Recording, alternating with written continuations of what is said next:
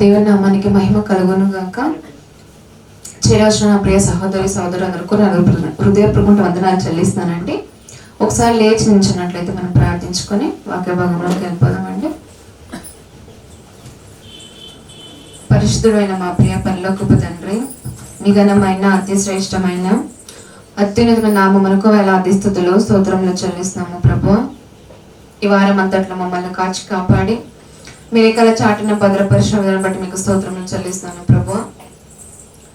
ఏమిచ్చి మీ రుణం తీర్చుకోగలం ప్రభువా. ఇంత గొప్ప కృపను మా మీద కుమ్మరిస్తూ తండ్రి, మీ మాటల ప్రకారంగా తండ్రి మేము నడుచుకోవాలని మీ యొక్క ఆశ తండ్రి మా మీద ఎంతో విస్తరించి ఉంది కనుక ఇంకా మేము సజీవ లెక్కల్లో ఉన్నాము కాబట్టి ఉంటున్న మేము ప్రభువా, మీ వాక్యాన్ని వింటున్న మేము తండ్రి దాని ప్రకారంగా మా జీవితాలు మేము సరిదిద్దుకుంటున్నామో లేదో అని గుర్తించుకోవడానికి గమనించుకోవడానికి మా అందరికీ సహాయం చేసి నడిపించమని ప్రార్థిస్తున్నాము తండ్రి.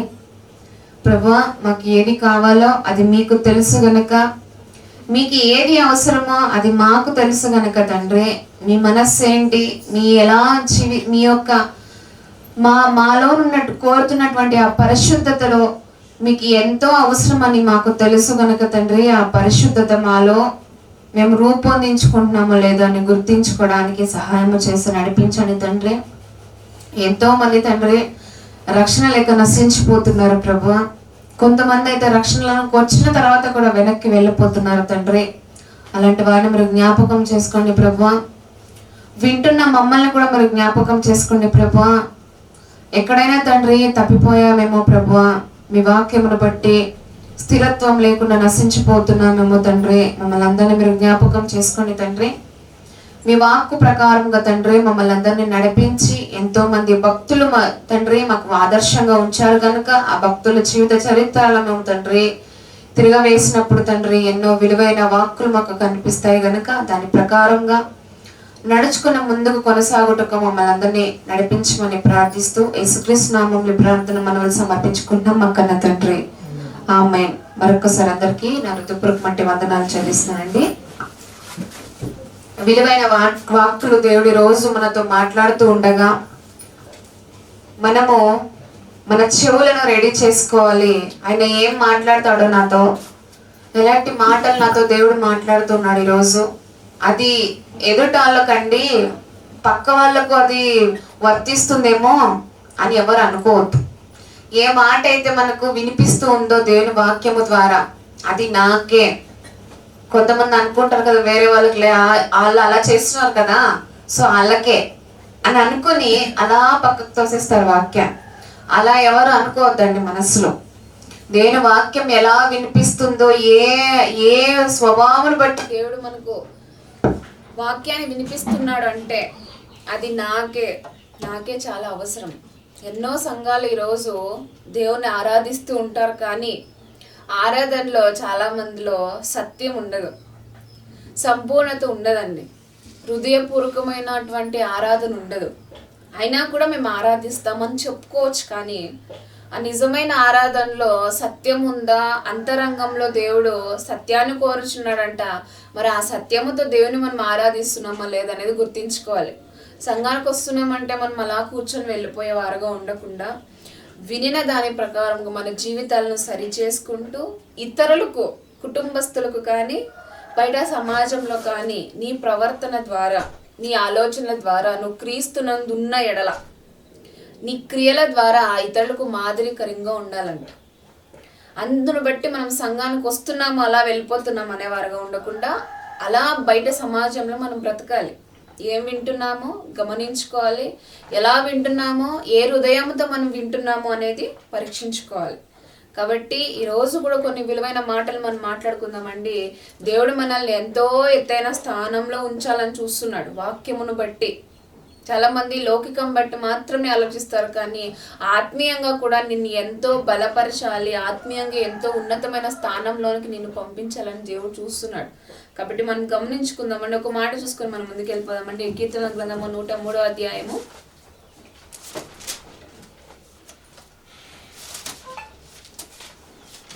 1 కీర్తనల గ్రంథము 103వ అధ్యాయము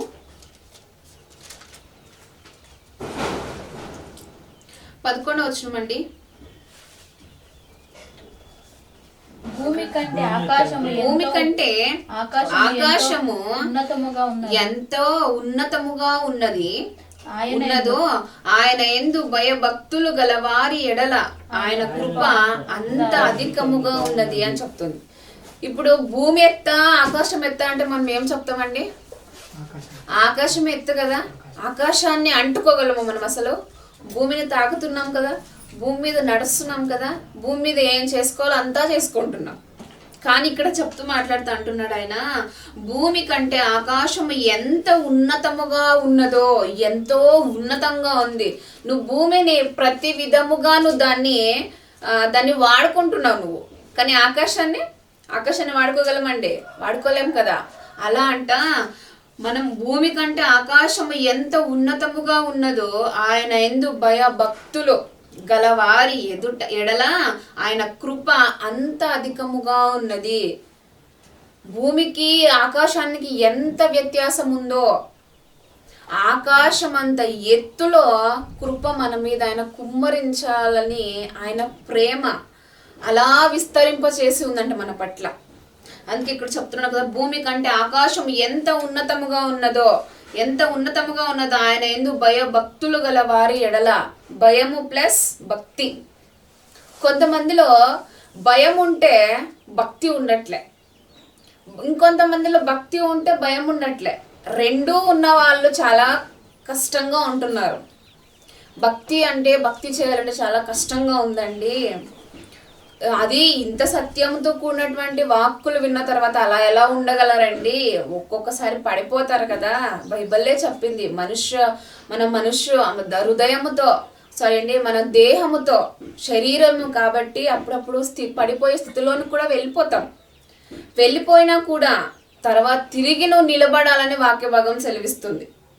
కానీ కొంతమంది భయం ఉంటే భక్తి ఉండట్లే. రెండిని కూడా ఒకే రీతిగా నడిపించుకుంటున్నారంటే అలా కూడా ఉండట్లే. ఒకటి ఉండి ఇంకొకటి లేకపోతే ఏమైనా బాగుంటుందండి? అని చెప్తున్నాడు కదా, భయభక్తులు కలిగి భయం ఉండాలి. ఫస్ట్ ఆఫ్ ఆల్ నేను ఎక్కడికి వెళ్ళినా ఏ చోటు ఉన్నా కూడా దేవుడు నన్ను చూస్తున్నాడు అనే ఒక భయం నీకు కలిగినట్లయితే భక్తి నీకు వస్తుంది. అప్పుడు ఆ భక్తితో నువ్వు దేవుణ్ణి ఆరాధించినప్పుడు, కొంతమంది చూడండి ప్రార్థన చేసేవారంట పాపం చేయలేరంట, పాపము చేసేవారు ప్రార్థన చేయలేరంట. మరి మీరు ప్రార్థన చేస్తున్నారో పాపం చేస్తున్నారో మీరు గమనించుకోండి. ప్రార్థన జీవితానికి ఎవరైతే దూరం అయిపోయి ఉంటారో ఖచ్చితంగా వారి పాపంలో అలా తేలుతూ ఉంటారు అన్నమాట. పాపము చేసేవారు ప్రార్థన చేయలేరు. ప్రార్థన ఖచ్చితంగా ఎల్లవేళలు చేసేవారు పాపానికి చోటు కొంచెం కూడా ఇవ్వరు. కాబట్టి మనం గమనించుకోవాలి, భయము నాలో, భక్తి దేవుని ఎడల నాకుందా? అలా ఉండినట్లయితే దేవుని కృప నా మీద ఆకాశము కంటే ఎత్తైన కృప నా మీద కుమ్మరించబోతున్నాడు కదా. మరి నా స్థాయి ఎలా ఉంది, నా స్థితి ఎలా ఉంది అనేది మనం గమనించుకోవాలి. భూమి కంటే ఆకాశం ఎంత ఉన్నతముగా ఉన్నదో ఆయన యందు భయభక్తులు గల వారి ఎడల ఆయన కృప అంత అధికముగా ఉన్నది. అంత అధికముగా భూమికి ఆకాశముకి ఎంత వ్యత్యాసము, ఎంత తేడా ఉందో ఆయన కృప ఆకాశము కంటే ఎత్తుగా మన మీద కుమ్మరిస్తున్నాడంట. మరి కృపను దూరం చేసుకొని చాలా మంది బ్రతుకుతున్నారు. కృప ఉంది అని భ్రమపడి చాలా మంది అలా భ్రమలో నడుస్తున్నారు. క్రైస్తవ్యం జ్ఞాపకం చేసుకోవాలండి. మరి మన మనసుకు ఆలోచించుకోవాలి, నేను నిజంగా ఆయన కృపకు పాత్రులుగా ఉన్నానా లేదా ఆయన నమ్ముకుంటూనే నేను వెనక్కి ఆయనకు వెన్నుపోటు పొడిసే వాళ్ళగా నేను ఉన్నానా అనేది మీరు గమనించుకోవాలండి. ఈరోజు ఒకరిని చూద్దామండి, ఒకరి గురించి మనం ఆలోచిద్దామండి. లూకా సువార్త 22వ అధ్యాయము. లూకా సువార్త మనకు బాగా తెలిసిన వ్యక్తే, ఆయన జీవితం కూడా మనకు తెలుసు. మరోసారి ఆయన జీవితాన్ని మనం నెమర వేసుకుందాం. ఆ జీవితమును బట్టి మనము తెలుసుకోవాల్సిన విషయం ఏంటి అనేది మనం చూద్దామండి. ఒకసారి లూకా సువార్త 22వ అధ్యాయము.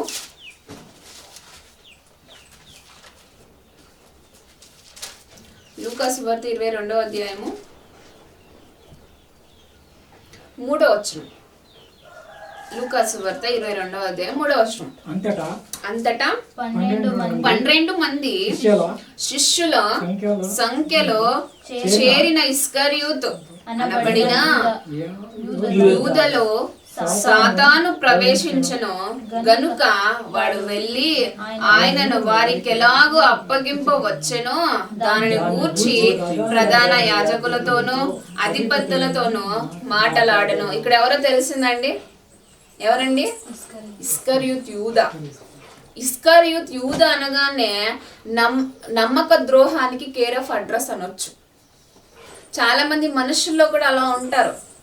నమ్మకం ఎవరి మీద అయితే మనం ఎక్కువ నమ్మకం ఉంచుకుంటామో అలాంటి వాళ్ళ నమ్మక ద్రోహాలు చేస్తూ ఉంటారు. ఈ ఇస్కరియోతు యూదా అనగానే నమ్మక ద్రోహానికి కేర్ ఆఫ్ అడ్రస్ అండి. అది మనుషులతో అంటే ఏకంగా దేవునితోనే పెట్టుకున్నాడండి ఇస్కరియోతు యూదా. అందుకే చాలా ఘోరమైన మరణం పొందుకొని చివరికి చనిపోయాడు పశ్చాత్తాపంతో. ఇక్కడ అంతటా 12 మంది శిష్యుల సంఖ్యలో చేరిన ఇస్కరియోతు యూదా అనబడిన యూదాలో సాతాను ప్రవేశించను గనుక వాడు వెళ్ళి ఆయనను వారికి ఎలాగో అప్పగింపవచ్చునో దానిని గూర్చి ప్రధాన యాజకులతోనూ అధిపతులతోనూ మాట్లాడను. ఒక ఒప్పందానికి వెళ్ళాడంట అక్కడికి.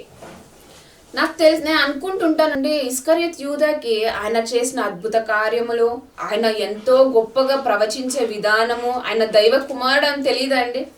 ఆ 12 మంది శిష్యుల్లో అందరికీ తెలిసినటువంటి ఆయన ఒక స్వభావము, ఆయన ఒక దైవత్యము తెలిసినటువంటి అందరికీ తెలుసు కదా. మరి ఇస్కరియోతుకు తెలియదంటారా? తెలియదంటారండి? క్రీస్తు మహత్వం ఇస్కరియోతుకు తెలీదండి?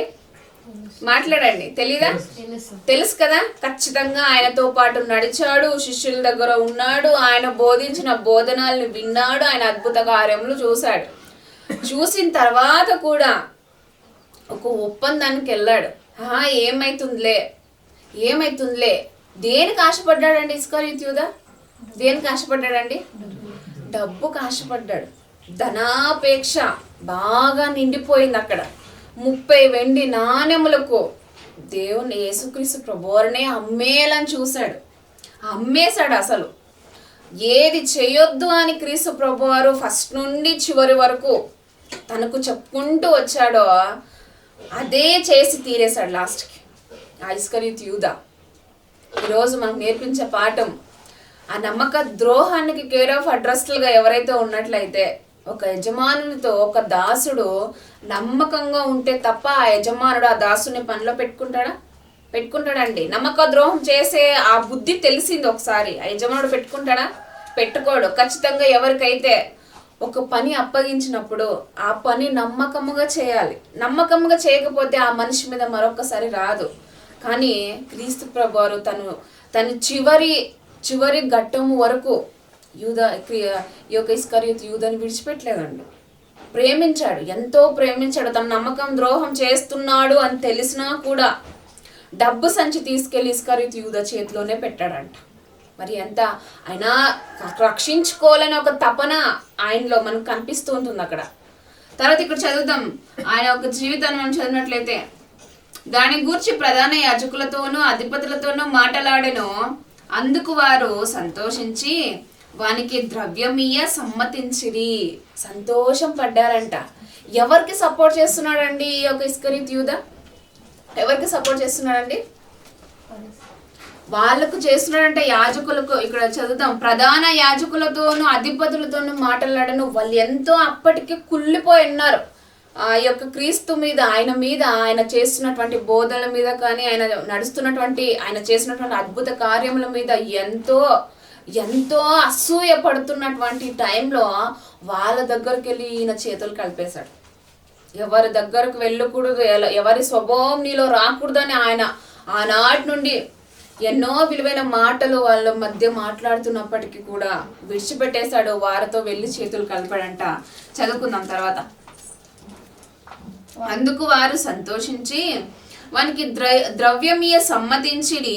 వాడు అందుకు ఒప్పుకొని జన సమూహము లేనప్పుడు ఆయనను వారికి అప్పగించుటకు తగిన సమయము వెతుకుచుండెను. చూసారండి, దేవుని మహత్కార్యములను కన్నులారా చూసినటువంటి ఆ వ్యక్తి ఎంత నమ్మక ద్రోహానికి వడగడుతున్నాడు. ఈరోజు ఆయన కళ్ళ ముందు ఉండే అంత నమ్మక ద్రోహం చేసి ఉంటే ఈరోజు ఆయన మనకు కనిపించట్లేదు, కానీ వాక్యంతో మనతో మాట్లాడుతున్నాడు. రహస్యం ముందు మన తండ్రి మనల్ని గమనిస్తున్నాడు, మన కోసం ఎంతో తపన పడుతున్నాడు. మరి మనలో నిజంగా ఆయన దగ్గర నమ్మకముగా పనిచేసేటువంటి పాత్రలుగా మనం ఉన్నామా? నేనండి సంఘంలోనికి వచ్చినప్పుడు ఒకలా ఉంటానండి, బయట సమాజంలో ఇంకోలా ఉంటానండి. నా ఏకాంత జీవితంలో, నా ఏకాంత గదిలో, లేదా నేను ఎక్కడైనా బయటికి ఒంటరిగా వెళ్ళినప్పుడు నా బ్రతుకు ఎలా ఉంది అని దేవుడు చూస్తూ ఉంటాడు కదండి. మరి నేను ఏమైనా ఆయనకు నమ్మక ద్రోహం చేస్తున్నానేమో? కనిపించి కూడా డైరెక్ట్గా ఉన్నా కూడా ఇస్కరియోతు యూదా తప్పిపోయాడు. మరి నేటి సమాజం ఆయన కనిపించట్లే, కేవలం మాటల ద్వారా మనతో మాట్లాడుతున్నాడు, రహస్యముగా మనల్ని చూస్తున్నాడు, ఆయన పరీక్షిస్తున్నాడు, మనకు తెలియకుండా మన దగ్గర ఆయన ఉంటున్నాడు, కానీ మనకు కనిపించట్లే. కానీ చాలా మంది కనిపిస్తాడా దేవుడు, ఆయన ఏమైనా ఉన్నాడా, ఆయన ఏమైనా మనకు కనిపిస్తాడా, ఏది దేవుడు ఉంటే రమ్మను అని చాలా తీస్కారంగా మాట్లాడే ప్రజల్లో మధ్యలో మనం బ్రతుకుతున్నాం. మరి మనం నమ్మకమైన దాసులముగా మనం ఉన్నామా? మనం గమనించుకోవాలి. అక్కడ వాడు అందుకు ఒప్పుకొని జన సమూహము లేనప్పుడు ఆయనను వారికి అప్పగించుటకు తగిన సమయము వెతుకుచున్నాడంట. ఎప్పుడు అప్పగిద్దామా, నా చేతికి ఎప్పుడు డబ్బులు వస్తాయా అని చెప్పేసి ఒక గొప్ప ద్రోహానికి వడగడుతున్నాడు ఇస్కరియోతు యూదా. మనం గమనించుకోవాలండి. తర్వాత మత్తయి సువార్త 26వ అధ్యాయం 14వ వచనం ఒకసారి చదువుదాం. మత్తయి సువార్త 26వ అధ్యాయము 14వ వచనం. అప్పుడు 12 మందిలో, ఇక్కడ కూడా మనకు అదే మాట కనిపిస్తుంది, చూద్దామండి. 26వ అధ్యాయము 14వ వచనం. అప్పుడు 12 మందిలో ఒకడు ఇస్కరియోతు యూదా ప్రధాన యాజకుల యొద్దకు వెళ్ళి, నేను ఆయనను మీకు అప్పగించిన ఎడల నాకేమి ఇత్తురని వారిని అడిగెను. అందుకు వారు 30 వెండి నాణెములు తూచి వానికి ఇచ్చిరి. వాడప్పటి నుండి ఆయనను అప్పగించుటకు తగిన సమయము కనిపెట్టుచుండెను. డబ్బులు వచ్చేసాయంట చేతికి. తర్వాత నేను ఆయన మీకు అప్పగించిన ఎడల నాకేమి ఇస్తారు, నాకేంటి లాభం? దైవత్వాన్ని అమ్మేయాలని చూసినటువంటి గొప్ప వ్యక్తి అనుకోవచ్చు ఆయన్ని. అంత చెత్త వ్యక్తి ఇంకెవరు ఉండరండి. దైవత్వాన్ని అప్పగించేయాలని చూస్తున్నాడు, అమ్మేయాలని చూస్తున్నాడు. కేవలం 30 వెండి నాణెములకు అమ్మేశాడంట. అమ్మేయాలని చూస్తున్నాడు, తగిన సమయము వెతుకుచున్నాడంట. 30 వెండి నాణెములు తూచి వానికి ఇచ్చి వాడు అప్పటి నుండి ఆయనను అప్పగించడానికి తగిన సమయం ఎప్పుడెప్పుడు అప్పగిద్దామా. కేవలం ధనాపేక్ష వచ్చేసి, అది మనకు శాశ్వతం కాదు, అశాశ్వతం అని తెలిసినా కూడా ధనాపేక్ష గలవారై చాలా మంది దేవుని విడిచిపెట్టేస్తున్నారు. అలాంటి ధనాపేక్ష నాలో ఉందేమో.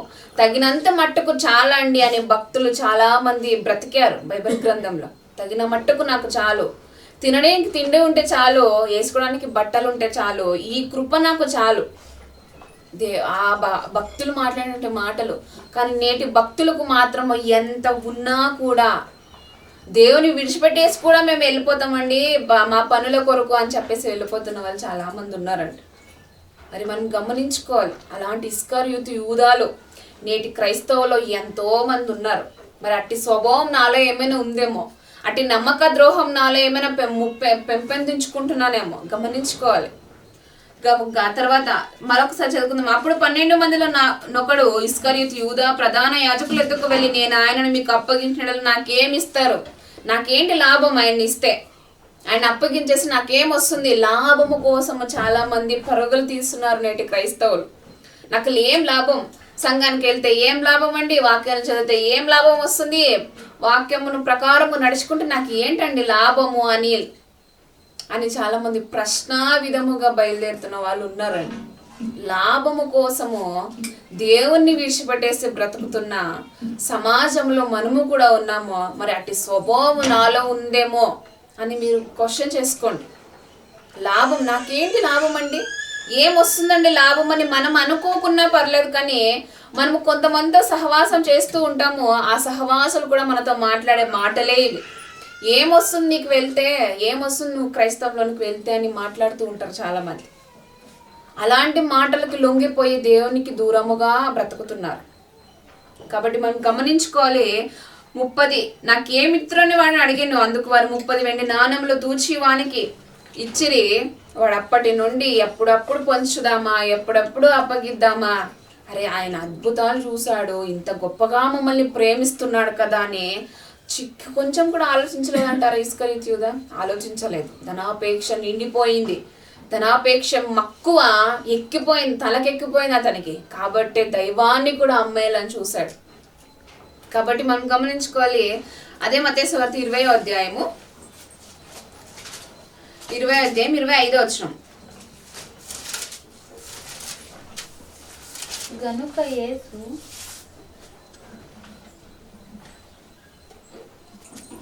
గనుక యేసు తన యొద్దకు వారిని పిలిచి అన్య జనుల అధికారులు వారి మీద ప్రభుత్వము చేయుదురని, వారిలో గొప్పవారు వారి మీద అధికారము చేయదని మీకు తెలియను. మీలో అలాగుండకూడదు. మీలో ఎవడు గొప్పవాడై ఉండగోరినవాడు మీ పరిచారకుడై ఉండవలెను. మీలో ఎవడు ముఖ్యుడై ఉండగోరినవాడు మీ దాసుడై ఉండవలెను. చాలా మంది దాసులుగా ఉండాలి అని, చాలా మంది దేవుడు క్రీస్తు ప్రభువారు ఈ లోకానికి ఏదో నేను గొప్పగా ఈ లోకాన్ని ఏలాలి, గొప్పగా నేను ఉండాలి అని రాలేదండి. మనుషులకు పరిచారము చేయుటకు క్రీస్తు ప్రభువారు వచ్చారంట.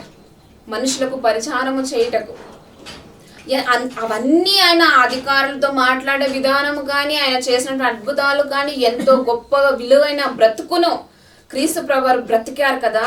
ఆయనకి ఎలా వచ్చాయండి చేతులు? అసలు చేతులు ఎలా అప్పగించాలని ఆయనకు అలా వచ్చింది. ఇక్కడ ఉంది కదా 28వ వచనం. అలాగే మనుష్య కుమారుడు పరిచారము చేయించుకొనుటకు రాలేదు గాని పరిచారము చేయుటకు అనేకులకు ప్రతిగా విమోచన క్రయధనముగా తన ప్రాణమును ఇచ్చుటకు వచ్చెనని చెప్పెను. ఇది తెలియదంట ఇస్కరియోతుకి. మందరి కొరకు క్రీస్తు ప్రభువారు దైవ కుమారుడు, ఎంతో గొప్ప గొప్ప దూతలతో ఆరాధించబడ్డ దైవ కుమారుడు, ఆయన తన తండ్రిని విడిచిపెట్టేసి మా కొరకు ఈ లోకంలోనికి వచ్చాడు, మా కొరకు ఆయన క్రయధనముగా ప్రాణాన్ని పెట్టబోతున్నాడని ఇస్కరియోతుకు తెలుసు కదా. తెలిసినా కూడా అలా ఎలా అని చేశారు? ఈ రోజులో క్రైస్తవ సమాజంలో ఎన్నో విలువైన వాక్కులు, పాటల ద్వారా మనకి ఎంతో పాఠమును, ఎంతో గద్దింపుని, ఎంతో ఆలోచనాత్మకమైన సందేశాలను, పాటలను దేవుడు మనకు అనుగ్రహిస్తున్నా కూడా నమ్మక ద్రోహముతో బయలుదేరుతున్న క్రైస్తవ సమాజం ఈరోజు ఉందండి. అట్టి సమాజంలో భాగంగా నేనున్నానేమో. మనం ప్రశ్న వేసుకోవాలి, నేనున్నానేమో. క్రయధనముగా ఆయన వచ్చాడు కదా. అలాగా మనుష్య కుమారుడు పరిచారము చేయించుకొనుటకు రాలేదు. ఎవరి దగ్గర నుండి నేను మెప్పు పొందాలి, ఎవరితో నేను సేవ చేపించుకోవాలని ఆయన రాలేదండి.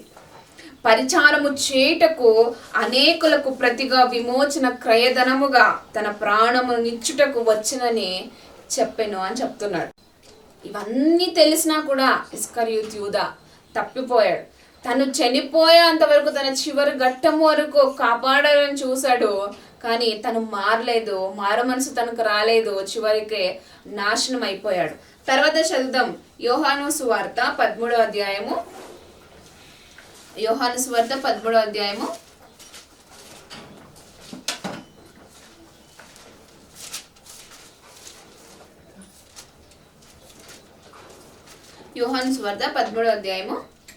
21వ వచనం. యేసు ఈ మాటలు పలికిన తరువాత ఆత్మలో కలవరపడి మీలో ఒకడు నన్ను అప్పగించునని మీతో నిశ్చయముగా చెప్పొచ్చున్నానని రూఢిగా చెప్పెను. ఇక్కడ ఫైల్ మనం చూసినట్లయితే యేసు ఈ మాటలు పలికిన తర్వాత ఆత్మలో కలవరం. మనం అప్పుడప్పుడు మన ఆత్మలో కలవరం వచ్చేస్తూ ఉంటుంది. ఏంటి అంటే, క్రీస్తులో నేను బ్రతకాలా వద్దా? బ్రతికితే నాకేం వస్తుంది, బ్రతకకపోతే నాకు ఇంకేం వస్తుంది? క్రీస్తులో నువ్వు లాభాన్ని కోరుకున్నట్లయితే కొంతమంది కలవరపడుతూ ఉంటారు. ఎలా ఉండాలి, నా బ్రతికేంటి ఇలా ఉంది, నా జీవితం ఏంటి ఇలా ఉంది, నేను ఎందుకు ఇలా అయిపోతున్నాను అని కొంతమంది కలవరపడి ఆత్మలో కలవరపడతారంట.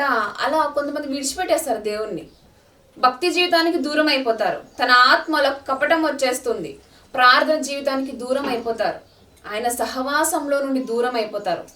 ఎందుకనగా ఆత్మ కలవరాన్ని చాలా మంది ప్రేరేపించుకుంటారు, సాతాను మాటలకి లొంగిపోతారు. ఎట్టి విధముగా నేను ఆలోచిస్తే నాకు ఏ లాభకరంగా ఉంటుందో అని చాలా మంది ఆలోచించి ఆత్మలో కలవరపడుతూ ఉంటారు. మరి అట్టి కలవరం నాకేమైనా ఉందేమో, నేను ఏదైనా ప్రశ్న నాలో మొదలై ఆ ప్రశ్నకు జవాబు రాకపోతే దేవునికి దూరం అయిపోతున్నానేమో, అప్పుడు నాకు కలవరం వచ్చేస్తుందేమో. అందుకే ఇక్కడ అంటున్నాడు, యేసు ఈ మాటలు పలికిన తర్వాత ఆత్మలో కలవరపడి మీలో ఒకడు నన్ను అప్పగించునని మీతో నిశ్చయంగా చెప్పుచున్నానని రూఢీగా చెప్పాను. ఇక్కడ దీన్ని బట్టి మనకు తెలిసింది ఏంటండి, ఆయనకు తెలుసే కదా, మరి ఆయన ఆల్రెడీ ఆయనకు తెలుసు ఇస్కరియోతు యూదా ఇలాంటి వాడే ఆయన ఖచ్చితంగా ఆయనకు తెలిసింది.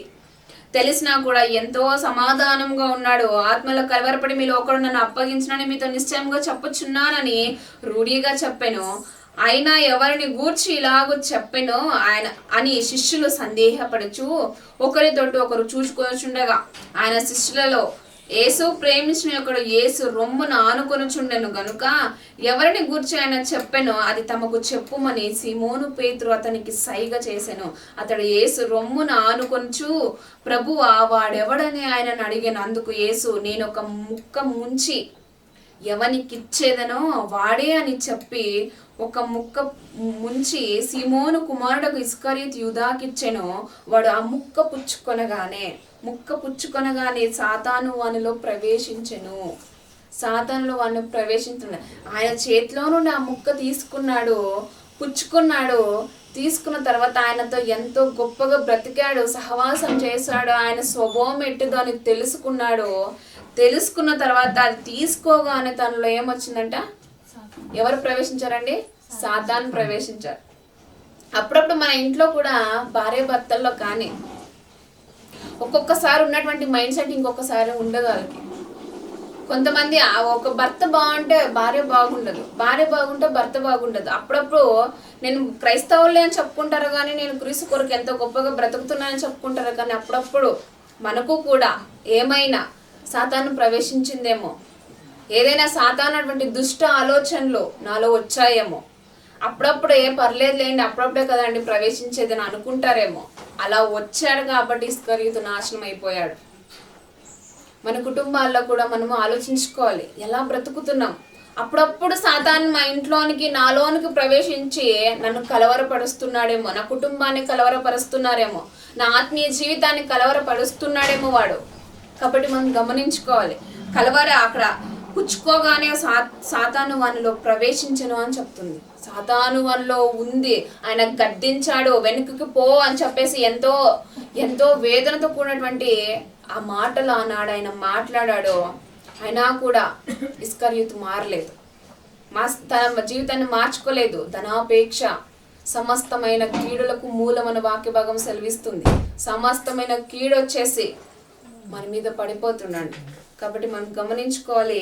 చూద్దాం మరో మాట, మనం మత్తయి సువార్త 26వ అధ్యాయం 47వ వచనం. మత్తయి సువార్త 26వ అధ్యాయము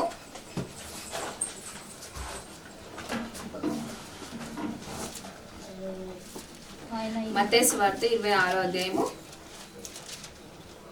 47వ వచనం. ఆయన ఇంకను మాట్లాడుచుండగా 12 మందిలో ఒకడగు యూదా వచ్చెను. ఆ 12 మందిలో ఆ యూదా వచ్చాడంట. వచ్చిన తర్వాత వానితో కూడా బహు జన సమూహము కత్తులు గుదియలు పట్టుకొని ప్రధాన యాజకుల యొద్ద నుండి ప్రజల పెద్దల యొద్ద నుండి వచ్చెను. అక్కడ ఆ ముక్క పుచ్చుకోగానే బయటికి వెళ్ళిపోయి వెంటనే ఆయన ఇంకను మాట్లాడుతున్నాడంట. మాట్లాడుతున్న 12 మందిలో ఒకడు యూదా వచ్చెను. వానితో కూడా బహు జన సమూహము ఏమేమి తీసుకొచ్చారంటే కత్తులు తీసుకొచ్చారంట, గుదియలు తీసుకొచ్చారంట, పట్టుకుని ప్రధాన యాజకుల యొద్ద నుండి ప్రజల పెద్దల యొద్ద నుండి ఆయనను అప్పగించువాడు నేనెవరని ముద్దు పెట్టుకొందునో ఆయనే యేసు అని ఆయనను పట్టుకొనడని వారికి గురుతులు కూడా చెప్తున్నాడంట. ఏంటి, దైవ కుమారునికి అంత దైవత్యము కలిగినటువంటి దైవ కుమారుని వారితో కలిసిపోయాడంట. కలిసిపోయి వచ్చిన తర్వాత నేను ఎవరినైతే ముద్దు పెట్టుకుంటానో నమ్మక ద్రోహం అక్కడ కనిపిస్తుంది చూడండి మనకు. ఎంత ఎంత ప్రేమగా, ఎంతో నమ్మకముగా ఉన్నటువంటి ఆ యూదా, నేను ఎవరినైతే ముద్దు పెట్టుకుంటానో గుర్తు చూపిస్తున్నాడంట ఆ యాజకులకి. ఆ ఒక్క ఎవరైతే ఆయనతో తోడుకొని వచ్చాడో వాళ్ళకంట గుర్తు చూపిస్తాను, నేను ఎవరినైతే ముద్దు పెట్టుకుంటానో ఆ గుర్తు చెప్పి వెంటనే యేసు నొద్దకు వచ్చి, బోధకుడా నీకు శుభమని చెప్పి ఆయనను ముద్దు పెట్టుకొనేను. ఆయన ఎంత బాధపడి ఉంటాడండి క్రీస్తు ప్రభువారు. అరే ఇంత గొప్పగా నేను మాట్లాడాను కదా, ఇంత గొప్పగా వీరిని ప్రేమించాను కదా, నన్నే నేను వీరికి అప్పగించుకోవాలని లోకానికి వచ్చాను కదా, అయినా కూడా ముద్దు పెట్టుకున్నప్పుడు ఆయన ఎంత బాధపడి ఉంటాడో. ఇది నిజంగా మనం ఒకసారి మనస్సు పెట్టి ఆలోచించినట్లయితే, ముద్దు పెట్టుకున్నప్పుడు ఎంత ఫీల్ అయి ఉంటాడండి క్రీస్తు ప్రభువారు. ఎంత వేదనకరమైన ఆ స్థితి ఆయనకు ఆ టైంలో వచ్చి ఉంటుంది. ఆయనకు ముందే తెలుసు ఇస్కరియోతు యూదా, తెలిసినా కూడా నమ్మకముగా ఆ ఒక కానుకల సంచి తీసుకెళ్లి అతని చేతిలోనే పెట్టాడంట. అయినా కూడా నమ్మి విడిచిపెట్టలేదు చివరి వరకు. తర్వాత ముద్దు పెట్టుకొని, బోధకుడు నీకు శుభమని చెప్పి ఆయనను ముద్దు పెట్టుకొనేను. యేసు చెలికాడు నువ్వు చేయి వచ్చి నది చేయమని అతనితో చెప్పగా వారు దగ్గరకు వచ్చి ఆయన మీద పడి ఆయనను పట్టుకొని చివరికి పట్టించేశాడండి. ఇస్కరియోతు యూదా పట్టించేశాడు. మనం ఆలోచించుకోవాలి, మనతో ఎవరైనా నమ్మకంగా ఉన్నప్పుడు, లేదా మనము ఎవరికైనా నమ్మకంగా పనిచేసినప్పుడు, వారి దగ్గర మనం ఉన్నప్పుడు ఇలాంటి ద్రోహ కార్యములు చేయాలని ఆలోచన మనకు వస్తుందేమో. ఇస్కరియోతు యూదా దైవానికే పెట్టేశాడండి. దైవాన్నే అమ్మేయాలని చూశాడు. మరి ఆ దైవానికి మనం నమ్మకంగా పనిచేస్తున్నామా? ఆ నమ్మకం మనలో వచ్చిందా? ఆ నమ్మకపు స్థాయి మనలో పెరుగుతుందా లేదా గమనించుకోవాలండి. ఆ నమ్మకం ద్రోహము, చాలా మంది మనం అనుకుంటాము మనం బ్రతుకుతున్నామండి, దేవునిలో మేము బ్రతుకుతున్నాం చాలా గొప్పగా అనుకుంటారు. కానీ మీకు తెలియకుండానే దేవునికి నమ్మక ద్రోహము చేసేవారుగా చాలా మంది ఉంటారండి. అలాంటి స్థాయి నాలో ఉందే మనం గమనించుకోవాలి. మత్తయి సువార్త 27:3 ఒకసారి. మత్తయి సువార్త 27:3. అప్పుడు ఆయనను అప్పగించిన యూదా అప్పగించేశాడు. ఇంకేమైపోతుంది, డబ్బులు వచ్చాయి, నాకు బాగా తింటాను, బాగా తిరుగుతాను, ఇక మీదట నాకు డబ్బులు వచ్చాయి కదా అని ఆనందంలో తేలిపోతూ అప్పగించేసాను, నా పని అయిపోయింది అనుకున్నాడు యూదా.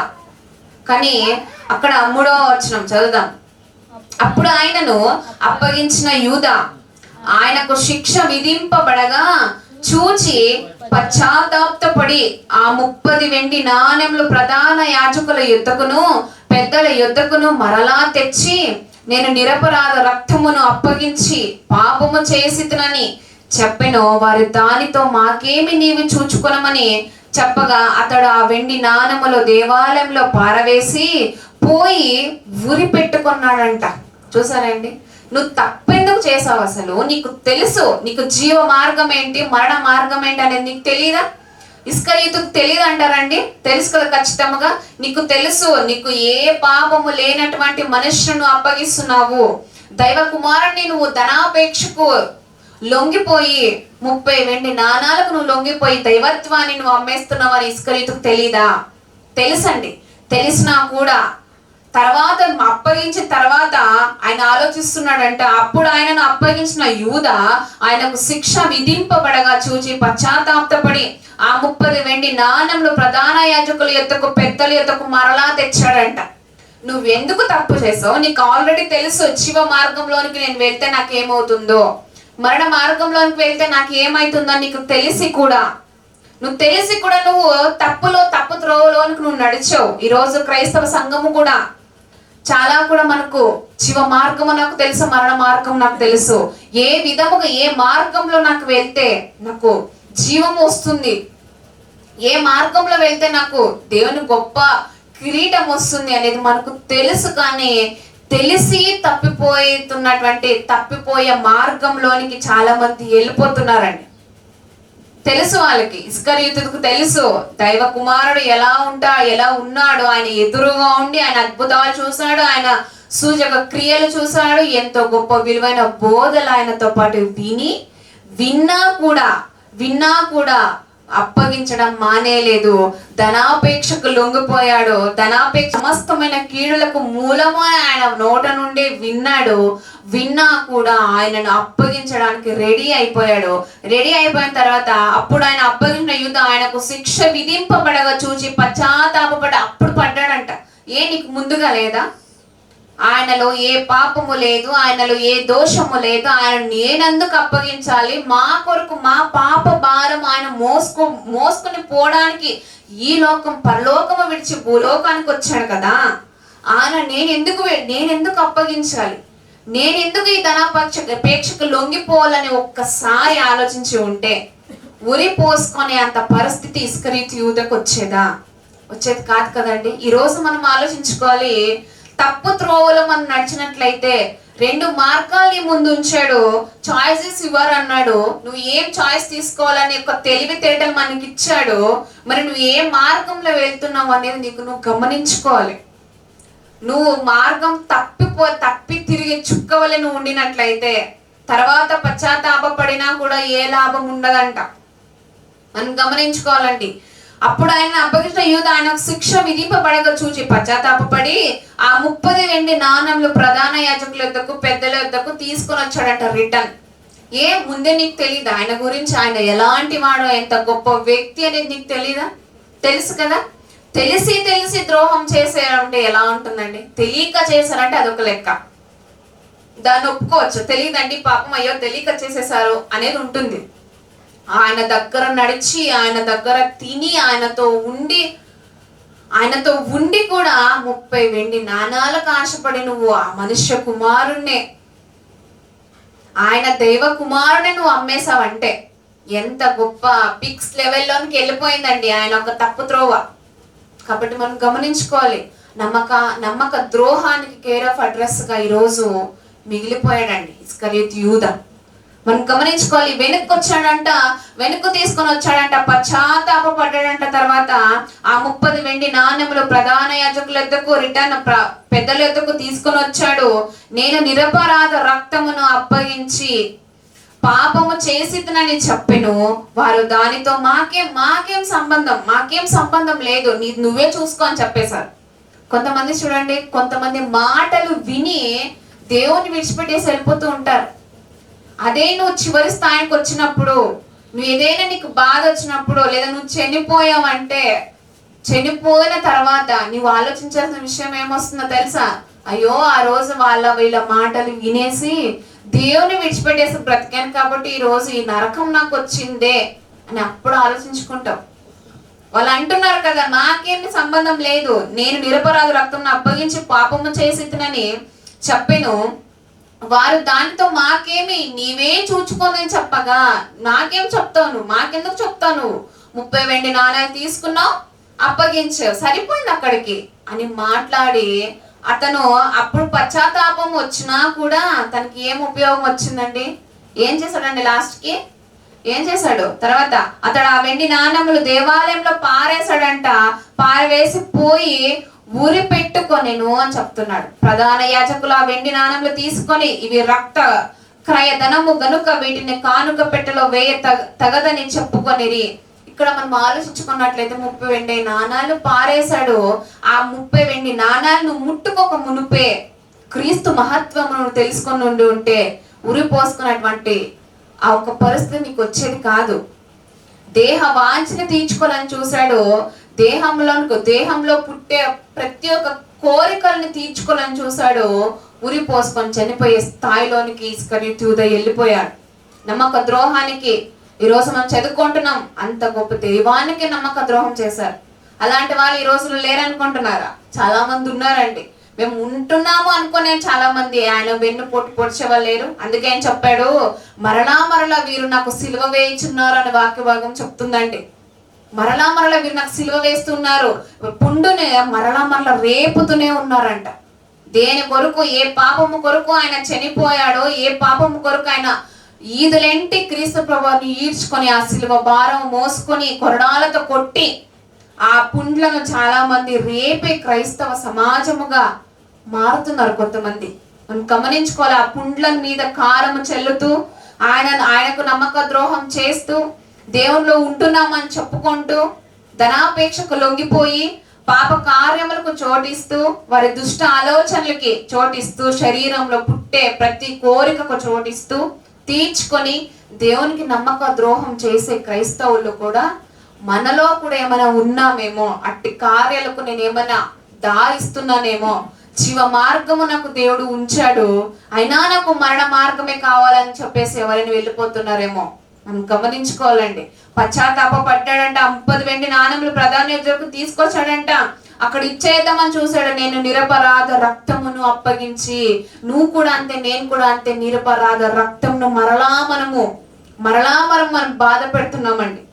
మరలా మనం సిలువ వేస్తున్నామేమో. బాహాటముగా సిలువ వేసి నన్ను అవమానపరచరి అని వాక్యభాగం సెలవిస్తుంది. మరి మనం గమనించుకోవాలి, సిలువకు శత్రువులుగా ఏమైనా మారిపోతున్నామేమో. సిలువ వేయబడ్డాడు ఆయన మన పాపముల కొరకు ఎంతో వేదనతో బాధతో, ఎంత దుఃఖం వచ్చినా కూడా, దుఃఖ పాత్రలు ఆయన మీద ముందు నిలిచినా కూడా వాటన్నిటిని దాటుకున్నాడు. తండ్రి చేయి విడిచిపెట్టినా కూడా ఆ టైంలో మన కొరకు నా తండ్రి చిత్తమును నెరవేర్చడానికి భూమి మీదకి వచ్చాను. ఎంత దుఃఖం వచ్చినా, ఎలాంటి స్థితి నాకు వచ్చినా కూడా నా తండ్రి చిత్తాన్ని నెరవేర్చాలని ఒక కమిట్మెంట్ క్రీస్తులో మనకు కనిపించింది. ఆ కమిట్మెంట్ క్రీస్తులో కనిపించినా కూడా యూద తప్పిపోయాడు. మరి అటు స్వభావం మనలో ఉందేమో మనం గమనించుకోవాలి. అటు నమ్మక ద్రోహం మనలో ఉందేమో గమనించుకోవాలి. ఎఫెసీ పత్రిక ఒకసారి చూద్దాం. ఎఫెసీ పత్రిక 2వ అధ్యాయము. ఎఫెసీ పత్రిక 2వ అధ్యాయము 1వ వచనం. ఎఫెసీయులకు రాసిన పత్రిక 2వ అధ్యాయం 1వ వచనం నుండి చదువుదాం. మీ అపరాధముల చేతను పాపముల చేతను మీరు చచ్చిన వారై ఉండగా, మీరు చనిపోయే వారై ఉన్నప్పుడు ఆయన మిమ్మును క్రీస్తుతో కూడా బ్రతికించాడు కదా. మీరు చచ్చిపోయే స్థితిలో ఉన్నారండి. చచ్చిపోయంటే మేమేం చనిపోతున్నామా అండి? ఆత్మీయముగా చనిపోతున్నారు చాలా మంది. అలాంటి వారిని తీసుకొచ్చి సంఘంలో ఉంచితే మరలా ఆయన పుండులో రేపుతూ, మరలా ఆయన బాహాటంగా సిలువ వేస్తూ, ఆయనకు అనానుకూలంగా నడుచుకుంటున్న క్రైస్తవుల సమాజం మనం ఆలోచించుకోవాలి. ఈరోజు అక్కడ చెప్తున్నాను కదా, మీ అపరాధముల చేతను పాపముల చేతను మీరు చచ్చిన వారై ఉండగా. లోకంలో ఉన్నన్ని రోజులు బాప్టిజం పొందక మునుపు మన బ్రతికి ఎలా ఉంది, బాప్టిజం తీసుకున్న తర్వాత నా బ్రతికి ఎలా ఉంది. బాప్టిజం తీసుకున్న ముందు నువ్వు చచ్చిన స్థితిలో ఉన్నావంట. మనం గమనించుకోవాలి. నువ్వు చనిపోయి ఉన్నావంట. అప్పుడు చచ్చిన నిన్ను బ్రతికించి ఆయన ఒక వాక్యముతో, ఆయన రక్తముతో నిన్ను బ్రతికించి సంఘంలో తీసుకొస్తే మనం ఏం చేస్తున్నామంటే ఆయనకు నమ్మక ద్రోహం చేస్తున్నారంట. ఆయనను మరలా సిలువ వేస్తున్నారంట. ఆయన సిలువకు శత్రువులుగా నడుచుకుంటున్నారంట. మరి సిలువకు శత్రువులుగా నేను ఉన్నానేమో. లోకమును అనుసరించి నాకు పుట్టేటువంటి ప్రతిదీ కూడా నా శరీరాన్ని ప్రేమిస్తూ, శరీరానికి మరి కావాల్సినంత ఇస్తూ, నేను చనిపోయినా కూడా దేవుడు నన్ను బ్రతికించాడు కదా అని ఆలోచన కూడా లేకుండా ఇస్కరియోతు యూదాలా ఎంతమంది తప్పిపోయి ఉన్నారు ఈ రోజులు మనం గమనించుకోవాలి. తర్వాత శబ్దం, మీ అపరాధముల చేతను పాపముల చేతను మీరు చచ్చిన వారై ఉండగా ఆయన మిమ్మల్ని క్రీస్తుతో కూడా బ్రతికించెను. మీరు వాటిని చేయొచ్చు. చదువుదాం. వాయుమండల సంబంధమైన అధిపతిని అనగా అవిధేయులైన వారిని ఇప్పుడు ప్రేరేపించు శక్తికిని అధిపతిని అనుసరించి, వాయుమండలమైనటువంటి అధిపతి ఉన్నాడంట మనకొకడు. వాడు ఏడ్చాడు కదా మనకు, ఎలా తప్పించేద్దామా, ఎలా దేవునిలో నుండి మార్గము తప్పించుకోవాలి, ఎలా నడిపిద్దామా అని అప్పుడప్పుడు అలా వస్తూ ఉంటాడు. అప్పుడప్పుడు సాతాను మనలో కూడా ప్రవేశిస్తూ ఉంటాడండి. కుటుంబంలో భార్య భర్తల్లో కానీ, తల్లిదండ్రుల్లో కానీ, పిల్లల్లో కానీ ఖచ్చితంగా సాతాను ప్రవేశిస్తాడు. వాక్య భాగంతో వారిని తరిమి కొట్టాలే కానీ ఇక్కడే నివసించు, నువ్వు ఇంకా హాయిగా ఉండు అని చెప్పేసి శరీర కోరికలను, శరీరేచ్ఛలను తీర్చుకుంటూ సాతానుకు కావాల్సినటువంటి మరింత ఎక్కువగా పెంచి పోషించుకుంటున్నారు. మనం గమనించుకోవాలి. ఆయన మిమ్మల్ని క్రీస్తు కూడా బ్రతికించిన మీరు వాటిని చేయొచ్చు. వాయుమండల సంబంధమైన అధిపతిని అనగా అవిధేయులైన వారిని ఇప్పుడు ప్రేరేపించే శక్తికి అధిపతిని అనుసరించి ఈ ప్రపంచ ధర్మము చొప్పున మునుపు నడుచుకుంటిరి. మునుపు మీరు నడుచుకున్నారు కరెక్టే. మునుపు మీరు నడుచుకున్నారో తర్వాత వారితో కలిసి మనమందరమును శరీరము యొక్కయు మనస్సు యొక్కయు కోరికలను నెరవేర్చుకొనుచు మన శరీర ఆశలను అనుసరించి మునుపు ప్రవర్తించుచు కడమ వారి వలనే స్వభావ సిద్ధముగా దైవోగ్రతకు పాత్రులమై ఉంటిమి. దైవ ఉగ్రత కంట పాత్రలుగా ఉండేవాళ్ళమంట మనము. కానీ సంఘంలోనికి ఆయన తీసుకొచ్చాడు, ఎంతో విలువైన వాక్కు మనకు వినిపింప చేస్తున్నాడు. దైవోగ్రతకు పాత్రలమై ఉంటిమి, అయినను దేవుడు కరుణా సంపన్నుడై ఉండి మనము మన అపరాధముల చేత చచ్చిన వారమై ఉండినప్పుడు సైతము మన ఎడల చూపిన తన మహా ప్రేమ చేత మనలను క్రీస్తుతో కూడా బ్రతికించెను. నువ్వు పాపంలో ఉన్నావని తెలిసినా కూడా, ఇస్కరియోతు పాపంలో ఉన్నా అని తెలిసినా కూడా ఎలా అయితే కానుకల చెంచి తీసుకెళ్లి తన చేతుల్లో పెట్టాడో, తన చివరి వరకు తను మారాలని క్రీస్తు ప్రభువారు ఎంతో ఆలోచించాడు, ఎంతో బాధపడ్డాడు ఆయన. ఈరోజు మనము కూడా అంటే మన అపరాధంలో అయినను దేవుడు కరుణా సంపన్నుడై ఉండి మనము మన అపరాధముల చేత చచ్చిన వారమే ఉండినప్పుడు సైతము మన ఎడల చూపిన తన మహా ప్రేమ చేత మనను క్రీస్తుతో కూడా బ్రతికిస్తున్నాడంట. నువ్వు తప్పులు చేస్తున్నావని తెలుసు ఆయనకి. మనం చెప్పుకోం కదండి, బయట వాళ్ళకి చెప్పుకుంటే నేను క్రైస్తవుని అని చెప్పుకుంటున్నాను కదా, మరి ఈ తప్పు తెలిస్తే మరి ఎలా అండి, బాగోదండి అని చెప్పేసి వారిలోనే చాలా మంది ఉంచుకొని పోషించుకుంటూ ఉంటారండి. కానీ ఆయన మన అపరాధముల చేత పాపముల చేత మనం చచ్చిన వారుగా ఉన్నప్పుడు ఆయన ప్రేమ చేత ఆయన హస్తములతో ఆయన కృపతో మనల్ని ఇంకా ప్రేమిస్తున్నాడంట. ఒకవేళ మనం బాప్తిసం పొందిన తర్వాత కూడా మనము తప్పు మార్గంలోకి వెళ్తే ఖచ్చితంగా మనకు క్షమాపణ ఉంటుంది. కానీ నువ్వు ఒక్కసారి తప్పును ఒప్పుకున్న తర్వాత దాన్ని విడిచిపెట్టాలి. కానీ చాలా మంది ఒప్పుకుంటారు కానీ విడిచిపెట్టట్లే. ఒప్పుకుంటా ఉన్నామండి, మేము ఇది తప్పు చేసాము, ఖచ్చితంగా మా అపరాధం చేసాము, ఏదో ఒక పాపంలో నేను పడిపోయాను, ఏదో ఒక పేక్ష నాలో ధనాపేక్ష అటువంటి పాపములు నాలో చొరబడ్డాయి, కానీ దాన్ని నేను ఒప్పుకుంటున్నా.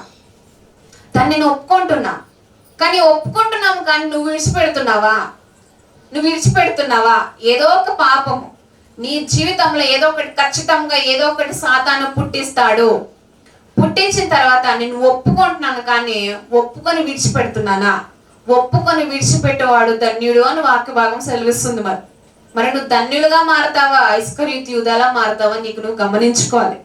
నువ్వు ఒప్పుకోవాలి, ఖచ్చితంగా ఒప్పుకున్న తర్వాత విడిచిపెట్టాలి. విడిచిపెట్టకుండా అపరాధముల చేత అదే పాపముల చేత లోక సంబంధమైనటువంటి యుగ సంబంధమైన దేవత ఆ సాతాను అనుగ్రహించినటువంటి ఆ మార్గంలో నువ్వు వెళ్ళిపోతున్నావంటే మరి ఇంకా అయినాను ఆయన ప్రేమిస్తున్నాడంట. మరి ఇస్కరియోతు యూదాలా నేను మారిపోవాలా? తను ఎలా అయితే ఉరిపోసుకొని చనిపోయాడో అటు స్థితికి నేను కూడా రావాలా? మరి మనం గమనించుకోవాలి, ఏ స్థాయి నాలో ఉంది, ఏ పరిశుద్ధత నాలో ఉంది. నమ్మక ద్రోహము మనుషులకే కాక నా దైవానికి కూడా చేస్తున్నానేమో, ఎక్కడైనా ఏ విషయమందైనా ఏ చోటైనా నేను చేస్తున్నానేమో గమనించుకోవాలి మనం. నువ్వు నమ్మక ద్రోహము లేకుండా నమ్మకమైన నా దాసుడా అని అనిపించుకోవడానికి పాత్రుడుగా ఉన్నావో లేదో నీకు నువ్వు పరీక్షించుకోవాలని కోరుకుంటూ నా యొక్క మాటలు ముగిస్తున్నానండి. కళ్ళు మూసుకోండి, ప్రార్థించుకుందాం. పరిశుద్ధమైన మా ప్రియ పరలోకపు తండ్రి, ప్రభువా, ఇంతవరకు తండ్రి ఎన్నో విలువైన మాటలు మాకు నేర్పించారు తండ్రి. అవును ప్రభువా, ఇస్కరియోతు యూదా తండ్రి మీ దగ్గరే ఉంటూ తండ్రి మీకు వెన్నుపోటు పొడిచాడు ప్రభువా. మీ యొక్క తండ్రి మరలా తండ్రి మేము కూడా ప్రభువా అటు స్వభావము గలవారై ఎవరైనా ఉండినట్లయితే మీ పుండ్లు రేపేవారుగా ఉన్నామేమో ప్రభువా.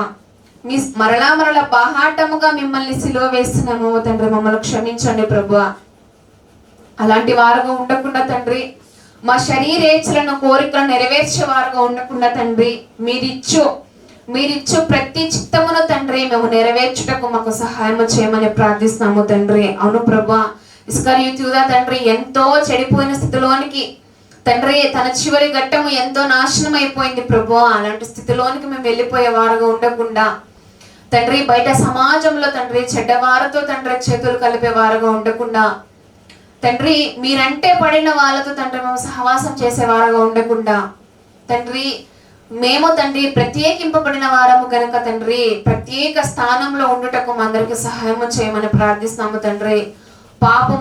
పాపుల గుంపులో మేము ఉండకుండా తండ్రి పరిశుద్ధమైన గుంపులో ఉండుటకు మా అందరికి సహాయం చేసి నడిపించండి తండ్రి. ఈ పాపపు లోకంలో తండ్రి పాపాన్ని అంటించుకోకుండా బ్రతుకున్నటువంటి ఆ జీవితాన్ని మాకు ఇవ్వమని ప్రార్థిస్తున్నాము తండ్రి. అవును ప్రభువా, పాపముల చేత అపరాధముల చేత చచ్చిపడి ఉన్న మమ్మల్ని తండ్రి మీ ప్రేమ చేత, మీ హస్తము చేత, మీ కృప చేత తండ్రి మమ్మల్ని తండ్రి మీ సంఘంలోనికి తీసుకొని వచ్చే రక్షణ మార్గము మాకు అనుగ్రహించారు. దాన్ని బట్టి మీకు స్తోత్రములు చెల్లిస్తున్నాము తండ్రి. మాకు మేము పరీక్షించుకొని మీ వాక్యము మాలో ఉందో లేదని గమనించుకుని తండ్రి నమ్మక ద్రోహము చేసేవారుగా ఏమైనా ఉన్నామేమో తండ్రి మమ్మల్ని మేము పరీక్షించుకొని ఉండినట్లయితే దాన్ని సరి చేసుకొని ఇక మీదటే మిమ్మల్ని బాహాటంగా సిలువ వేసే వారుగా ఉండకుండా, మీ పుండ్లు మరలా రేపే వారుగా ఉండకుండా తండ్రి మీ పుండ్లు మానుకొని విధముగా మా ప్రవర్తన ఉండుటకు పరిశుద్ధమైన జీవితాన్ని మరింత ఎక్కువగా తండ్రి మేము రూపొందించుకోవడానికి మా అందరికి సహాయం చేసి మా శరీరాలను తండ్రి మాకు మేము తండ్రి కట్టుకోవడానికి మాకు సహాయం చేయమని ప్రార్థిస్తున్నాము తండ్రి. మా శరీర కోరికలను తండ్రి అదుపు చేసుకోవడానికి సహాయం చేయమని ప్రార్థిస్తున్నాము తండ్రి. ఈ యొక్క దేహం పైన ఆశ పెంచుకునే తండ్రి బ్రతుకుతున్న వారు చాలా మంది ఉన్నారు ప్రభు. అట్టి గుంపులో మేము ఉండకుండా తండ్రి దేహము ఇచ్చే ప్రతి సూచనను జరిపించే వారుగా ఉండకుండా తండ్రి దేహము పైన తండ్రి ఎప్పుడో మన్నైపోతుంది కనుక తండ్రి దాని మీద ప్రేమ పెంచుకునే వారుగా ఉండకుండా, దాని కోరికలను తీర్చేవారుగా ఉండకుండా తండ్రి ధనాపేక్ష గల వారుగా ఉండకుండా, ఏ పాపానికి చోటు ఇవ్వని వారుగా ఉండకుండా తండ్రి మీ చిత్తమును మాత్రమే మా జీవితాల్లో నెరవేర్చుకోవడానికి అట్టి కృపను, అట్టి జ్ఞానం, అట్టి వివేకమును మాకు మెండుగా అనుగ్రహిస్తారని నమ్మచ్చు. యేసుక్రీస్తు నామములో ప్రార్థన మనం సమర్పించుకుంటున్నాం మా కన్న తండ్రి. ఆమేన్. థ్యాంక్ యూ అండి. God bless you.